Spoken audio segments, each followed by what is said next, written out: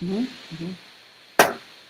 Good morning. I'm Karen Taradas with Social U, and it is time for What's Up Wednesday, where we come to you live every Wednesday morning with social media tips, tricks, and trends, 10 a.m. Central. Um, Today we're talking about, what are we talking about today? Wow, that was short-lived.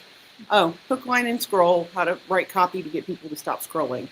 And some of it's copy, some of it's graphics, but you have a very small window.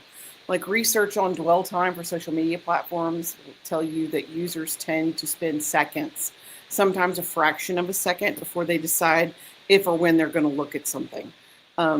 The exact duration varies based on the platform itself, and there are several factors that influence their decision. Facebook's probably got the shortest lifespan. Like a post on Facebook lasts for something crazy like 2 to 6 hours, which is again crazy. So getting your audience to stop scrolling, it's a big deal. And engaging with your content is, of course, the ultimate goal. So let's talk about 10 strategies that will help you achieve that. First and foremost, you have to have an irresistible hook. A hook is basically exactly what it sounds like. It's that quick sentence that gets people to stop. It's to grab attention immediately with a bold or thought provoking or curiosity provoking statement or visual dynamic. Normally, you have about 3 seconds max to get somebody's attention. So, in order to do that, especially since short form video has become so popular, get to the point. Don't meander. Don't like what I just did on Facebook Live. That's not going to cut it on a regular short video. You can't just, hey, my name is, we're here to talk. Get to the point.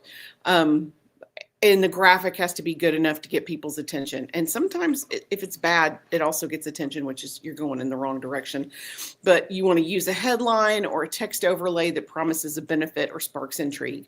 And for those of you guys who are watching this morning, we actually have a very cool download. It's 100 hooks that work. And if you come back to the blog, we'll make sure to link it in the blog, but just a free download. So for those of you guys who might be interested. So I love that. And they're broken down into categories like emotional versus question versus time sensitive. There's a bunch of different versions. So number two, you want to ask a question in the first line. Questions do really well. You engage your audience from the very beginning by making the post more interactive. And the best way to do that is just start the caption with a question. What do you think? What's the one thing? How have you ever considered? What's the worst mistake? There are so many story times on short videos that start with worst mistakes or story times where they ask you a question. Tell me about the worst thing that you've ever experienced at work, or tell me about the worst thing you've experienced in customer service. It happens with a question. Number three would be to incorporate.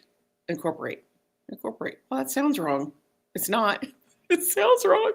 Dynamic visuals, especially in video, you have to leverage the power of the motion. So video consistently outperforms static images on every single platform. So knowing that ahead of time, you have to make dynamic video. It's got to be good.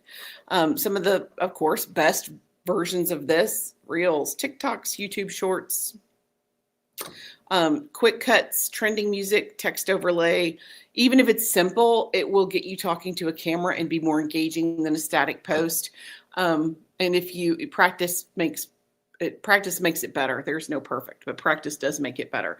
And for someone who, when I started on video, it was so bad. Our beginning video, just a travesty. So don't feel bad. Just get in front of the camera and get started.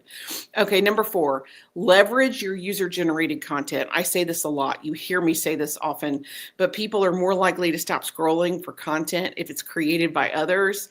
If it's somebody who has nothing to gain, they're just talking to you about kind of why they're doing it and why they're here. It's much more transparent, and it tends to feel more authentic, and it makes the brand more trustworthy. I can tell you all day long how great our company is, but when you hear it from somebody else, you're much more likely to believe it. So yeah, user generated. And one of the best ways to do that is to ask for content. Contests work very, very well. You can encourage your users to create and share content with your product or about your services. And that way, once they enter, it gives you the ability to repost. You have to get their consent, but it gives you a lot with positive customer customer reviews or testimonials. And a lot of people, you just got to ask them. So ask them, do you have an email strategy where you ask clients, what did you think? How did we do? Okay, number 5, use a compelling story. Storytelling works. It's always going to work. People will listen to you tell a story more than they will listen to you talk about random whatever. So you want to create a narrative that draws the viewer in and makes them want to know more about the outcome. And one of the best ways to do that is to share a personal anecdote, a client success story, how we got here story, background story, just anything about your business's journey or even your product's journey. Okay, number 6, a clear value proposition. Okay, you have to tell the audience, or your audience is fine, but your viewer base, what they're going to get from the post. So again, that to me falls under the category of hook. You've got to get to the point. So today we're going to talk about the 3 worst mistakes you can make in your Instagram bio. Very engaging, quick, and if you are interested in that topic, you're going to stay. Get to the point. Clear value proposition, and one of the easiest ways to do that, again, use captions and headlines that will captivate your audience. That comes right back to hooks. 3 tips that work. 1 hack that will change your workflow. The worst social media send you can make as a business owner. There's so many to choose from, but a really good hook works. 7, again, I'm going to say this over and over, visually stunning graphics. Yes, you have to have visually appealing video. You also have to have visually appealing graphics. And especially if you're not going to use the video, it's got to be better. In this year, right now, it is inexcusable to use a copyright image. It is inexcusable to use something that's pixelated or watermarked. Just don't. Nobody needs to get sued over something they put on Twitter of all crazy things. One of the best ways, of course, to execute this, infographics still present data in a clear way. People love them. They're much more likely to share them. Carousel posts tend to do well. You see where I'm going. Really good posts are going to function really well. Number 8, you want to tap into emotional triggers. Anything that evokes a strong emotion, humor, curiosity, inspiration, empathy, those work. And think about the last thing that you shared. Humor, I'm going to share humor or education over and over and over. That's just me personally. I like funny and I like educational. So those are the things I'm going to share the most. Of course, one of the best ways, again, humor works. If you are not funny, hire someone who's funny. You need funny, and don't be so serious that you miss your opportunity. I'll throw that out there. You definitely want to, if it's heartfelt, that works too. It doesn't always have to be funny, but thought-provoking works, but humor, I'm always going to default to humor. Consistently post at optimal times. And post consistently and post at optimal times. So technically that's a twofer. You have to show up on a regular basis. All of the algorithms will show more of your content to more of your audience if you are consistent. And if I'm a loyal follower, I'm more likely to get content that's older if you're posting more consistently, which is kind of a weird thing, but that's how it works, especially on Instagram. So if I'm on Instagram and I look at your stuff every day, not only are they going to give me more of your stuff in my feed, they're going to give me more of your older stuff in my feed. So consistency really, really is rewarded. And you have to figure out what time works for you. Every single social media expert, Sprout Social, Hootsuite, HubSpot, they all have different ideas of ideal. It's going to depend on your industry and your location, period. Some people do really well at 6 a.m. Other, like posting a LinkedIn on your profile at 6 a.m., nobody's going to see that. Or will they? That's what I'm saying. It differs for everybody. So you have to figure out what works for you. And one of the best things I can tell you is test it and check your analytics. So you have to use your social media analytics to identify, I meant to do that, your best performing days and times, and then stick to that and make it more consistent. And then our last tip today, interactive features, encourages anything that encourages participation. And when I say interactive, I mean a quiz, a poll, Q&A.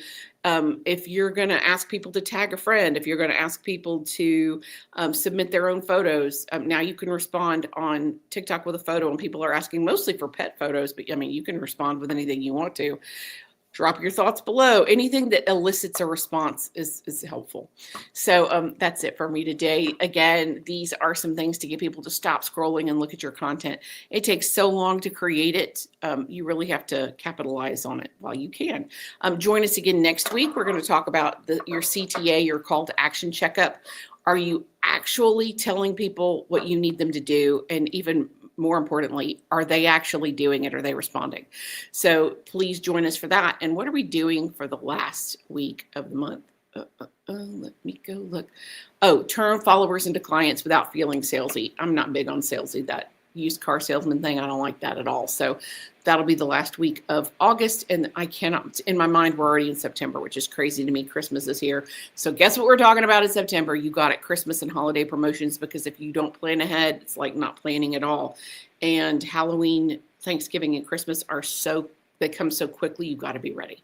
So again, join us next week, CTA checkups. And until then, I'm Karen Terradas with Social U, and we are always here to help. Thanks, guys.